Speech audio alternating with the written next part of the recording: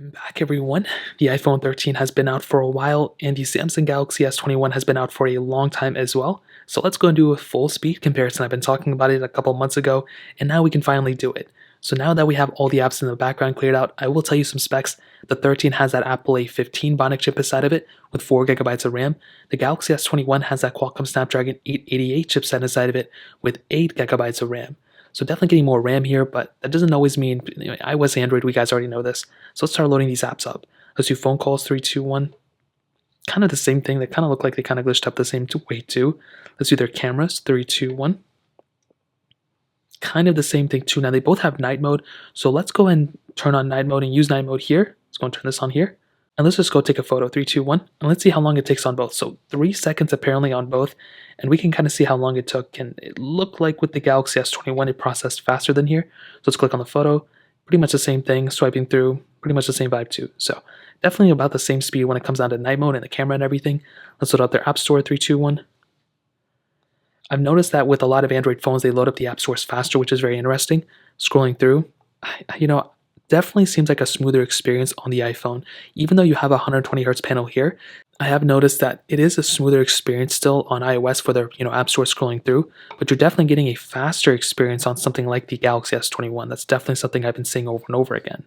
Now let's go and load up some other apps. I mean, we have some like Google apps here. We do have like Google Photos installed here, but I don't know how it's going to perform well on both.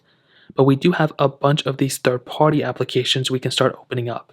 So let's get into it. Let's do something like Twitter, 3, 2, 1. Now the iPhone 13 was faster there. Galaxy S21 a little bit behind. Fruit Ninja, 3, 2, 1.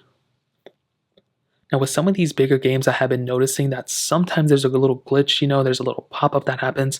So we'll just kind of see which one, opens up faster. You can see the iPhone 13 did load that up faster. The Galaxy S21 crashed that game, and I just updated the Galaxy S21 2 to One UI 4, so that could be one of the reasons why, but they are on the most recent versions of software for both of these devices.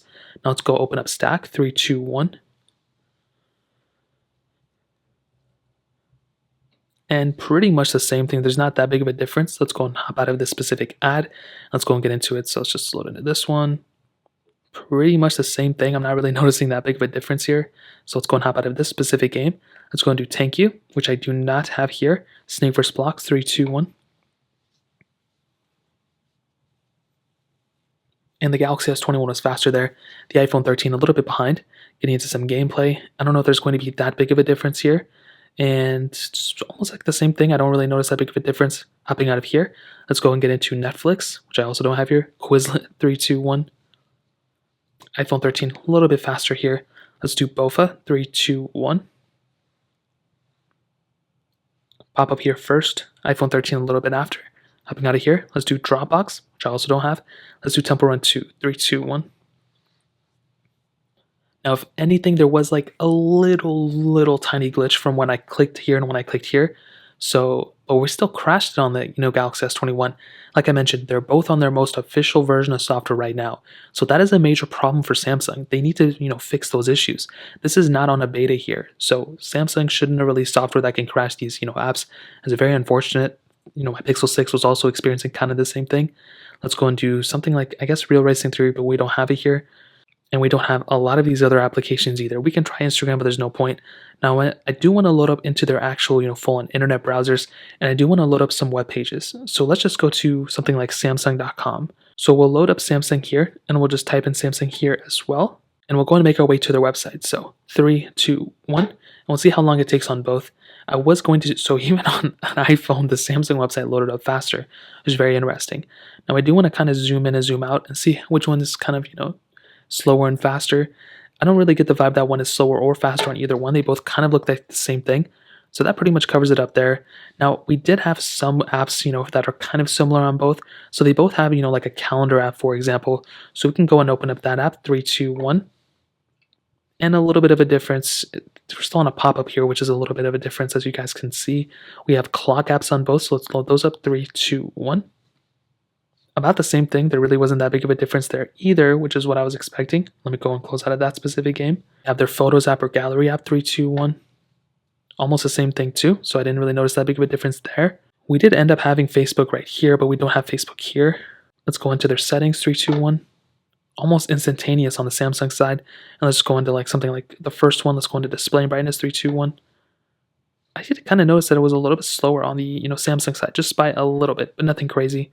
Now let's go ahead and load up some applications in the background and see how well they did in RAM management. So let's go back to the first app here, and they should be able to be pretty decent because we didn't do a bunch of games. Let's do phone 321. Okay, so both kept those up in the background, which is always good to see. So let's go back in the beginning with here on both of them. And let's go into camera 321. So both were able to keep that in the background as well, which is really, really good to see as well. So I accidentally hopped into the settings, but let's go and hop out of here. And let's go back into the beginning with right here. Let's do the Play Store, App Store 321. A little glitch here, but both of them were able to keep that in the background too, which is really, really good to see, like I mentioned. So let's go back in the beginning with, let's do their Twitter, 321. And again, a little glitch on the Galaxy S21, but it's not restarting the app. I don't think it's that quick when you restart an app on these phones, so I do think it's just kind of like a glitch. Fruit Ninja 321. Now remember, it did crash here, and it did restart here. So with these games, because they're just so heavy, they just have so much memory inside of them, you're always going to get a lot of these games to restart. So we did end up getting it working on the Galaxy S21, but then it crashed out of it, so it didn't really work in the first place. So, I mean, that's kind of like a minus point for Samsung, to be honest. Let's do stack, 3, 2, 1. So you can see that the iPhone 13 did restart this one, where the Galaxy S21 actually, was able to keep the app in the background. Now, could that be because the iPhone 13 had Fruit Ninja in the background and the Galaxy S21 didn't? That's one thing to keep in mind. Let's go into this game, 3, 2, 1. So they both were able to keep this one in the background. Let's go and do one more just for the sake of it. Let's go to this one. Let's go to this one. 3, 2, 1. And it does look like the Galaxy S21 kind of restarts, but then it doesn't.